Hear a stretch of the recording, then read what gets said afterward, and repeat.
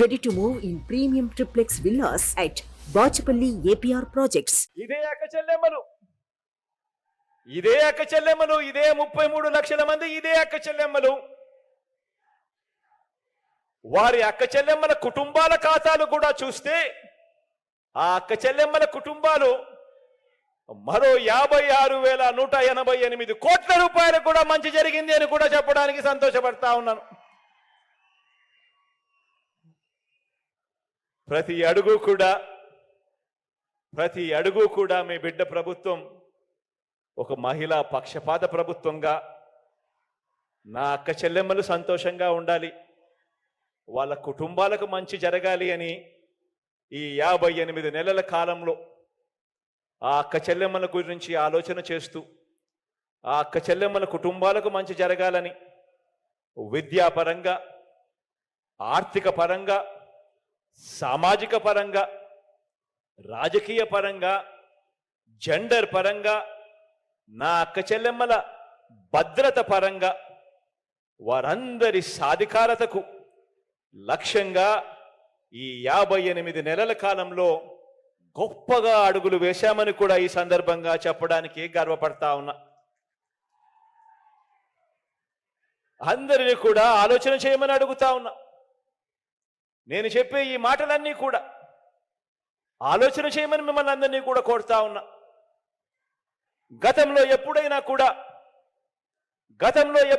కూడా ఇలా మంచి జరిగిందా అని ప్రతి అక్క చెల్లెమ్మ, ఆ అక్క చెల్లెమ్మల కుటుంబాలు ప్రతి ఒక్కరూ కూడా ఆలోచన చేయమని కోరుతా ఉన్నాను.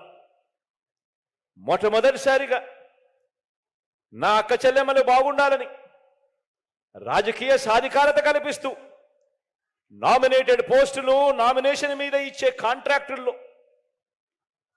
50% చట్టం చేసి మరి అక్క చెల్లెమ్మలకు ఇచ్చిన తొలి ప్రభుత్వం మీ బిడ్డ ప్రభుత్వం అని చెప్పడానికి కూడా గర్వపడతా ఉన్నాను.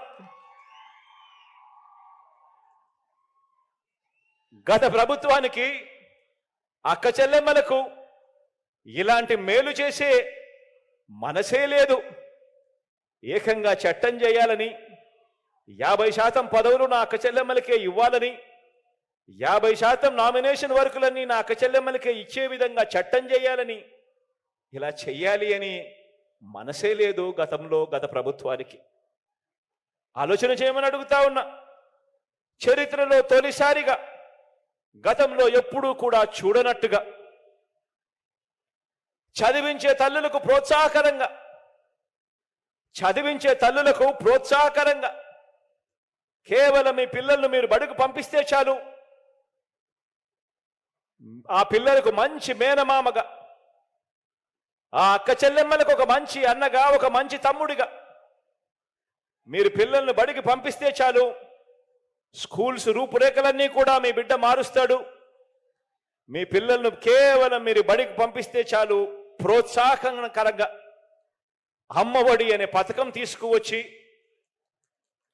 ఏకంగా 53 లక్షల మంది తల్లులకు